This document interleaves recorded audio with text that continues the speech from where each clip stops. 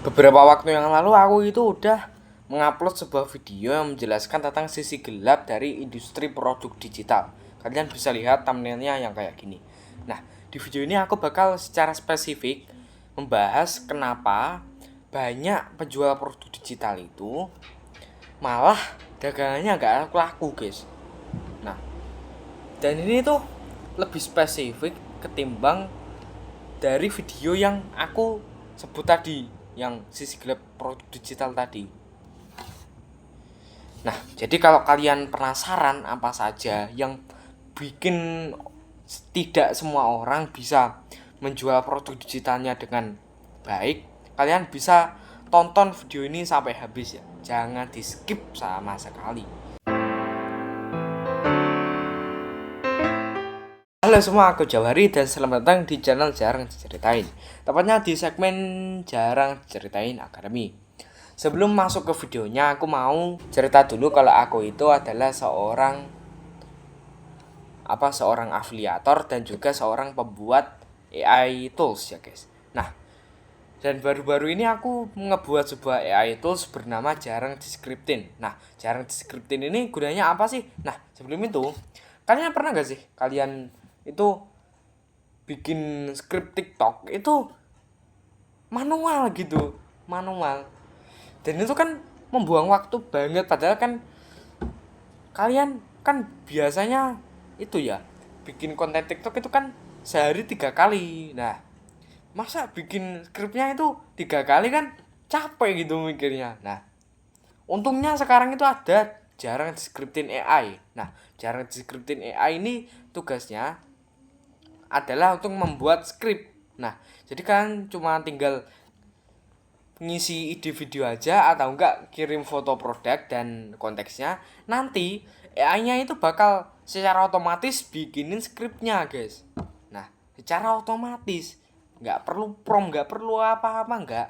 Kalian cuma perlu kasih ide pendek aja atau foto produk dan kalian bisa dapetin skrip TikTok secara cepat. Dan itu tuh nggak ada token-tokennya, guys. Kalian bisa mengakses AI-nya lewat link yang aku beri di deskripsi ya. Ada bonusnya juga ya, guys. Yang dimana kalau kalian belinya itu hari ini dan beberapa hari ini, maka kalian bisa mendapatkan lisensi MRR, Master Right Resell atau apalah. Yang intinya kalian bisa menjual kembali produkku itu. Ya meskipun kalian nggak boleh rebrand, tapi kalian bisa jual kembali dengan margin keuntungan hampir 90%, teman-teman. Jadi gitu. Jadi kalau kalian kepengen bisa klik langsung link yang ada di deskripsi ya. Oke. Kita masuk ke videonya. Banyak orang-orang yang mengatakan kalau produk digital itu bisa bikin kita cepat kaya gitu. Nah, tapi menurut aku nggak bisa, guys. Karena itu orang-orang itu berpikirnya itu low effort banget dan bisa dapetin uang. Ya padahal itu tuh karena saking simpelnya kita butuh effort yang besar gitu, kayak YouTube sih, misalnya YouTube. Nah, YouTube itu kalian kira simpel, guys? Enggak, itu kalau orang-orang sukses yang di YouTube itu kameranya mahal, editannya keren-keren gitu, guys. Terus uploadnya juga yang berkualitas gitu. Emang simpel, kayak upload terus nanti banyak yang nonton dapat duit. Emang simpel tapi effortnya banyak gitu. Nah, banyak orang gagal menjadi 1% dari seller produk digital yang jadi miliarder. Itu tuh karena beberapa alasan, teman-teman. Dari sudut pandang penjual produk digital. Pertama, sering terjadi perencanaan bisnis yang salah dan menetapkan target awal yang terlalu besar tanpa perhitungan yang matang. Nah, sehingga bisnis cepat mandek ketika target tidak tercapai. Selain itu, kurangnya kesabaran dan ketekunan membuat banyak penjual menyerah karena belum melihat hasil yang signifikan dalam waktu singkat. Nah, kesulitan lain adalah kurangnya pemahaman mendalam tentang pasar dan pelanggan. Nah gini, guys, ini dari pengalamanku aja ya, dari beberapa orang yang promosi produk digital. Contohnya ini mereka produk digitalnya itu worksheet anak ya, worksheet anak. Lah, itu tuh mereka malah nyari pasarnya orang-orang yang mau belajar produk digital. Kan aneh. Maksudnya kan orang-orang yang mau belajar ini kan maunya dikasih solusi berupa gimana sih cara bikin produk digital, gimana cara promosi yang benar gitu. Nah, sedangkan orang ini tuh malah yang harusnya kan worksheet anak ya, target pasarnya adalah ibu-ibu yang punya anak, bukan orang-orang yang mau belajar produk digital gitu. Nah, dari kesalahan tadi itu produknya itu alhasil kurang tepat sasaran dan strategi pemasaran digital yang digunakan itu tidak efektif. Persaingan pasar produk digital juga sangat ketat sehingga tanpa diferensiasi produk yang jelas dan branding yang konsisten sulit menonjol di antara banyak pesaing.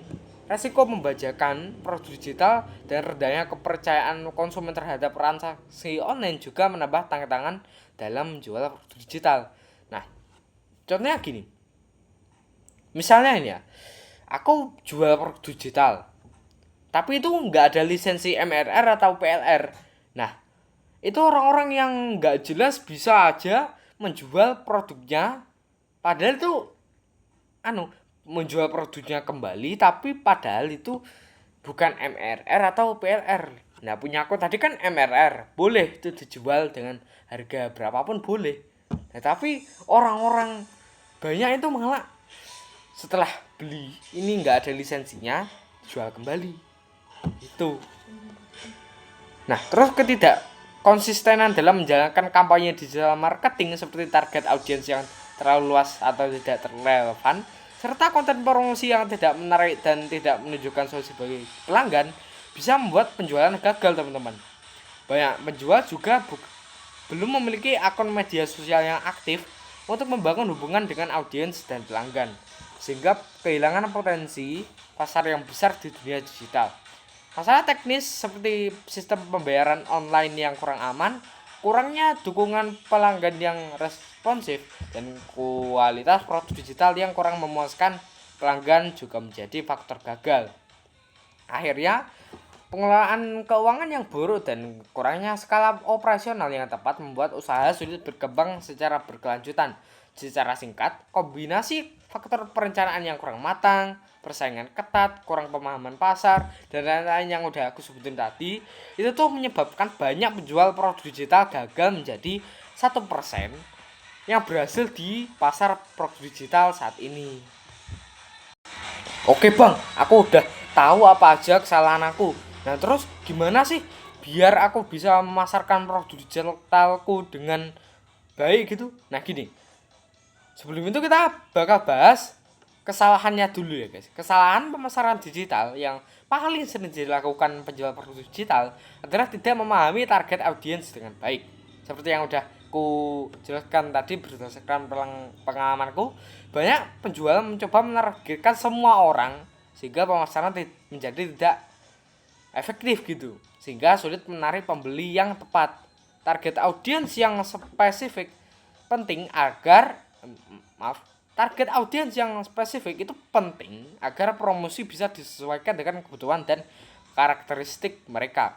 Kesalahan lain adalah menggunakan terlalu banyak strategi pemasaran sekaligus tanpa fokus yang menyebabkan pemborosan waktu dan tenaga tanpa hasil optimal. Selain itu, meluncurkan kampanye iklan sebelum produk memiliki kecocokan yang kuat dengan pasar atau produk market fit adalah kesalahan fatal yang membuat biaya akuisisi pelanggan menjadi tinggi dan penjualan rendah. Promosi yang tidak menarik seperti konten monoton tanpa daya tarik visual atau pesan yang kurang menggugah juga sering terjadi.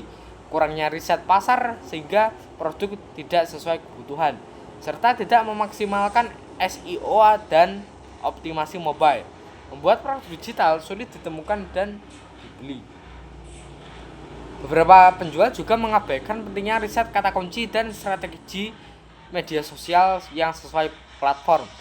Kesalahan lain adalah ketidakmampuan mengelola iklan berbayar dengan baik, tidak menyesuaikan dipesan dengan platform yang berbeda, dan kurangnya pemantauan hasil kampanye digital, sehingga anggaran habis tanpa hasil memuaskan. Tidak konsisten juga membuat promosi produk digital itu nggak baik, teman-teman, nggak berjalan lancar. Nah, oke, jadi gimana dong bang cara terbaik untuk promosi? Nah, aku sendiri ya guys, itu tuh cara aku sendiri itu adalah dengan mempublikasikan, maksudku mempromosikan produkku itu 7 kali ke matanya audiensku. Contoh, aku kan punya channel YouTube nih, komunitas postinganku udah bisa buat kasih link ya. Nah, itu aku selalu, jadi salah satu caraku kan gini, aku kan punya sebuah channel YouTube ya. Nah, channel YouTube-nya itu udah bisa buat taruh link di video ataupun postingan komunitas. Nah, di postingan komunitas kan tinggal posting-posting pakai teks aja ya. Nah, itu aku lakuin terus secara konsisten. Nanti pastinya ada yang beli. Pasti. Soalnya audiens itu harus melihat dengan mata 7 kali atau lebih baru mereka mau beli. Gitu, guys.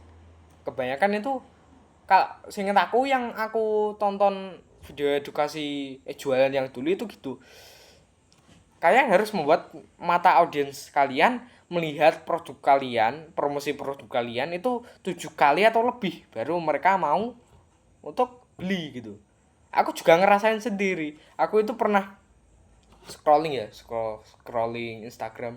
Nah, ketemu iklan ini ya, aku belum mau beli. Nah, terus iklannya muncul, akhirnya itu. Nah, jadi segitu aja ya guys, apa saja yang membuat seller produk digital itu tidak bisa menjadi 1% yang terbaik di antara seller produk digital yang lain. Nggak bisa jadi miliarder gitu kayak Agus Halim dan sebagainya. Jadi kalau kalian suka dengan segmen ini, bisa banget like, comment, subscribe ya. Nah, dan kalau kalian mau traktir aku mie ayam, bisa klik link di deskripsi juga ya. Nah, tahu kalau kalian mau belajar tentang sisi gelap produk digital, tonton video aku yang ini. Nah, klik aja.